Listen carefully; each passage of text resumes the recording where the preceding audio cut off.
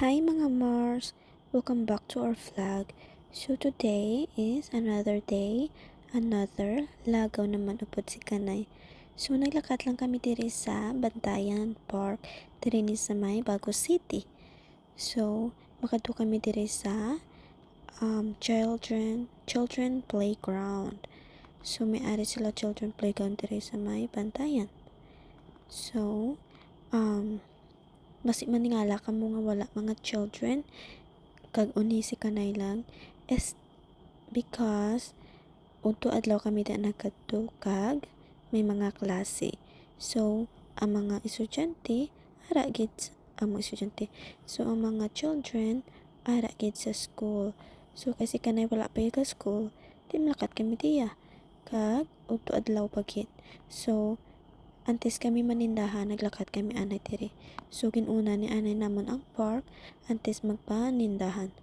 So okay man si Kanay magplay kay ang slide nila hindi pa man siya gid init, no, hindi pa sa init nga makasakit sa panit ni Kanay.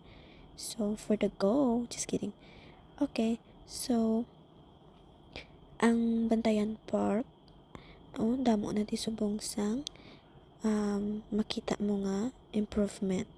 May ara na sila sang mga ara na lang exercise ka dira basta. So sa nakakadto na di sa Bantayan, you know what I mean. And nami man no kay gimbutangan nila children playground. So ang sadyahan gid ang mga bata if diri sila maglagaw. So good for family kit nga maglayaw-layaw ka mo kung gabi or aga, like family bonding, something like that. So and then basi ma-curious ka mo nga may mga Christmas design pa na di ang sa video is because ang video nga ini sang ligad pa ni nga tuig 2025 pa sang December. Kay subong lang gid ko na bisanan mag voice over. And so sa video ni Kanay diri may bata, no, is because may nagkadto diri nga mother man, no, dalay iya nga bata duha ka bilog. So bahi kag lalaki. So at least may kampang si Kanay miski kadali lang. Naghalin man sila dayon, no, kay kainit. So hindi nila feel. And then si Kanay tanan na lang gid ang iya nga sakyan. So makita mo man kay Kanay, no, nga grabe gid ang enjoy sa duyan, no.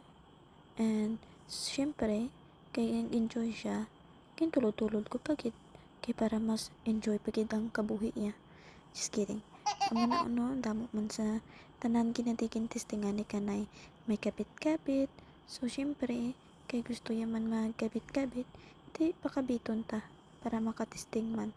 So kaptan ko lang siya, no, para man maka-experience man sa kabit-kabit kay wala niya sa amon. So and tapos sa kabit-kabit nagduyan naman kami nga duwa natawag nalipat ko nagsisiso naman kami nga duwa. So up and down na kami ta. And ari naman nagsakay-sakay sa mga rides sa mga kabayo-kabayo amo lang gina. So grabe gid ang kalipay ni Kanaya. So dugubuon niya pa na ako just kidding. Pero pang sakyan na tag seconds lang manaog sa tehama ka na. Pero at least worth it kit ang igadto namon kay na enjoy gid. Kag syempre ang imo nga kalipay may ara gid na iya nga kasubo. So after na ni Kanay, no, nasakayan ang tanan nga sakyan niya nagluha-luha naman ang bata kay gimpahalin ko na. Syempre kay manindahan na kami, so amo na di ang ginhambak ko kaginaho nga exercise nila. So gusto pa ni Kanaya maghampang kay syempre kinanglanan namon maghalin kay mahanindahan na kami. So hibi ka lang da. Thank you for watching. Bye.